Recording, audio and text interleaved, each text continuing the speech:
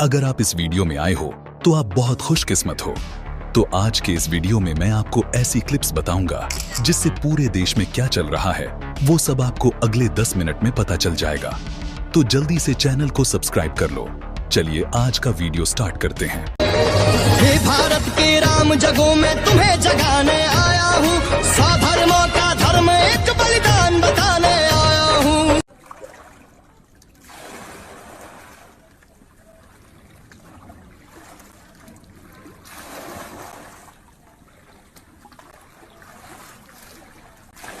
बस अपना पप्पू ऐसे ही मेहनत करता रहे, एक दिन बैल दूध जरूर देगा।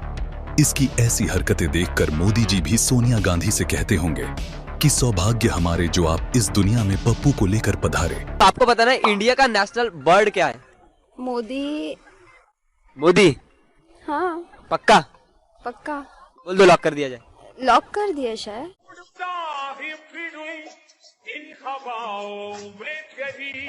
मुझे तो लगा कि ये दीदी पढ़ी लिखी है क्योंकि चेहरे से मॉडर्न दिख रही थी।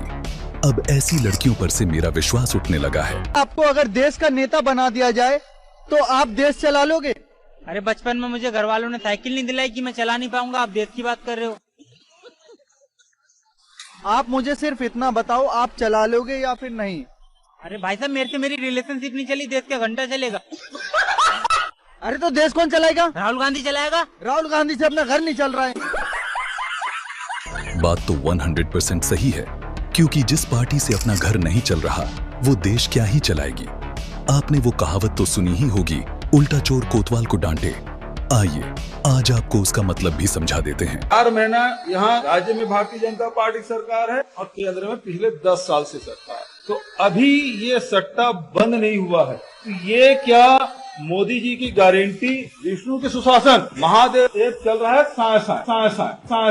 अब भैया हम सब ये बात तो भली भांति जानते हैं कि जहाँ पे कांग्रेस वहाँ पे घोटाला, क्योंकि इस पार्टी ने देश को एक ही चीज दी, वो है घोटाला।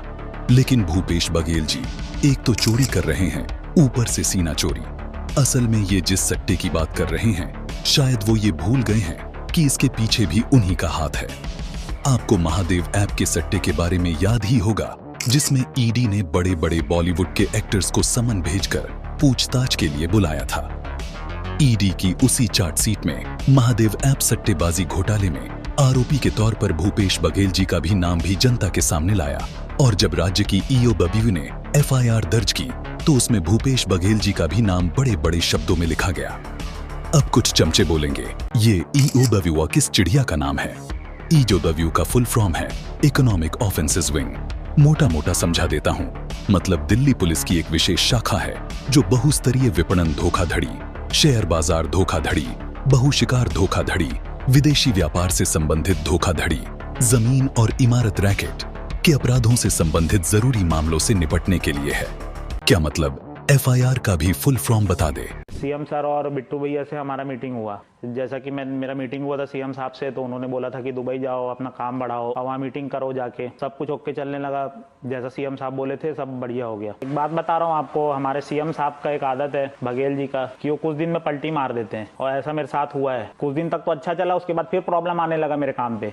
हमारे लोग अंदर होने लगे, छूट ही नहीं रहे वो लोग। मैं फोन पे फोन लगाया जाता हूँ, परेशान हो रहा हूँ। गिरीश तिवारी मुझे लेके गए, हमारे उस समय के एसपी है प्रशांत अग्रवाल जी, उनसे जाके मेरा मीटिंग कराया, फोन घुमाया। उसके बाद वो बात किए, लाउड स्पीकर में ही था फोन, तो सीधा सीधा आवाज तो समझ आ ही रहा था, हमारे बघेल जी का ही आवाज था वो। पूरा प्रॉब्लम बताने के बाद उन्होंने वहां से ये बोला कि कैसे रे सोनी, तेरे को मैं वहां भेजा था दुबई काम सेट करने के लिए, तू तो मालिक बन के बैठ गया है। तो प्रशांत अग्रवाल जी के जब मेरा मीटिंग हुआ उसके बाद से मैंने अब तक 508 करोड़ रुपए दे चुका है। हमारे बघेल साहब, बिट्टू भैया और उनके जो लोग हैं उनको मैंने 508 करोड़ रुपए दिया है। उसके बाद भी मेरा काम नहीं हो रहा है, मेरे काम में डिस्टरबेंस हो रहा है इतना ज्यादा। तो ईडी की चार्जशीट में जिस 5 आरोपी का नाम था उसमें इन महाशय का नाम भी दर्ज था।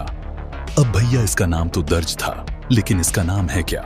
फॉर योर काइंड इन्फॉर्मेशन, इस चिड़िया का नाम शुभम सोनी है। आप थोड़ा वीडियो पॉज करके गंभीर विचार करो कि भूपेश बघेल जी जो उस समय छत्तीसगढ़ के मुख्यमंत्री थे, वो इतने बड़े स्कैम में साक्षात शामिल थे। उसके बाद भी ये खुद को निर्दोष बताते हैं और कहते हैं कि घोटाले तो बीजेपी करती है। अब भैया रिसर्च तो मैंने अच्छी खासी कर रखी है, पर इस वीडियो में नहीं बता सकता क्योंकि वीडियो 30 मिनट की हो जाएगी। अब तुम लोग 3 मिनट तो देखते नहीं हो, 30 मिनट तो दूर की बात।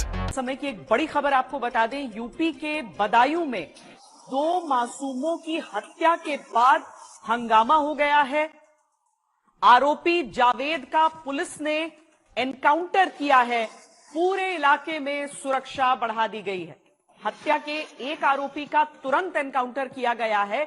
गुस्साए लोगों ने आरोपियों की दुकान फूंक दी है। तो ये दिल को चीर कर रखने वाली घटना उत्तर प्रदेश के बदायूं की है, जहां पे पड़ोस में ही रहने वाले जावेद और साजिद, जो कि बार्बर शॉप चलाते थे, उन्होंने एक हिंदू पड़ोसी के घर जाकर उनके 2 बच्चों की गला रेत कर हत्या कर दी। अब गला कैसे रेता, जहां तक मेरी रिसर्च है, उसने तालिबानी स्टाइल में उन मासूमों का गला रेता और तीसरा बच्चा जैसे तैसे अपनी जान बचाकर भागा। अब भैया हुआ यूं था कि जावेद और साजिद उनके ही पड़ोस में रहते थे और एक दिन वो इन हिंदू पड़ोसी के घर 5000 रुपए उधार मांगने के लिए आए। क्या मतलब कि क्यों? होगी उसकी कुछ पर्सनल प्रॉब्लम, इतना डीप में मुझे नहीं जाना। तो तभी मौका देखकर जावेद उनमें से 2 बच्चों का गला रेत दिया। अब कुछ बुद्धिजीवी के मन में यह सवाल फुदक रहा होगा कि यह तो यूपी है, यानी योगी राज, तो उनका एनकाउंटर क्यों नहीं किया गया? आपको बता दें, उनमें से एक को निपटा दिया गया है और दूसरे वाले की पैंट पीली हो गई थी, इसलिए उसने डर के मारे सरेंडर कर लिया, क्योंकि उसे कुछ दिनों से सपने में यमराज नजर आ रहे थे और ये उसके लिए अच्छा संकेत नहीं था। बोला भाभी कुछ काम से आए। हमने बोल बेटा क्या है? बोला मुझे 5000 रुपए की जरूरत है।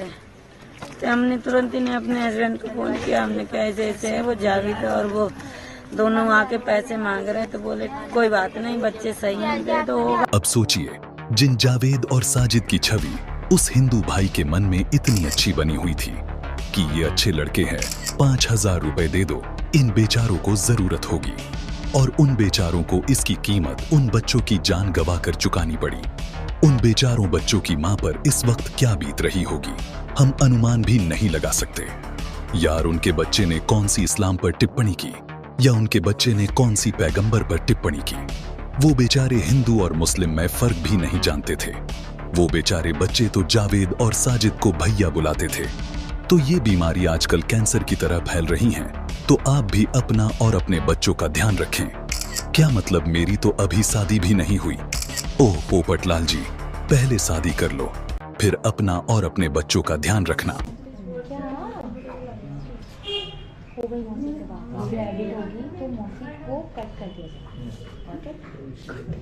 अरे मतलब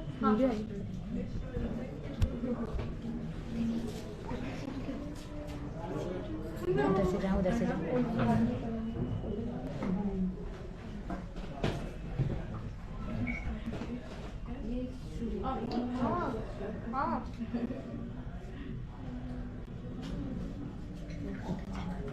डालो, फूल डालो, जितने डाले जा डालिए।